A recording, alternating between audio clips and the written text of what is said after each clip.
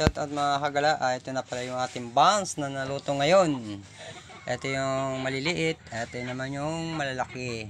Yan. Tapos ito pa yung naluto na pandikoko. Naluto na siya ngayon. Yung ginagawa natin kanina sa live. Sa live sa FB page ko. Ito yung ginagawa ko kanina. At ito naman yung cheese bread. Yan mga kagala yung cheese bread. Pandikoko. At yan yung donut na gagawin ko, malulutuin. Pinapalisa ko pa. Yan mga retaso niya. At ito yung nakasalang.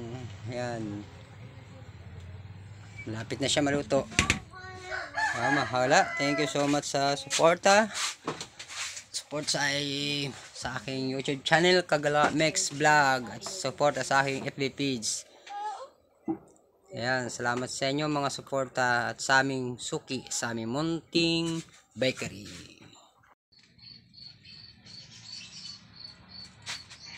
Buns.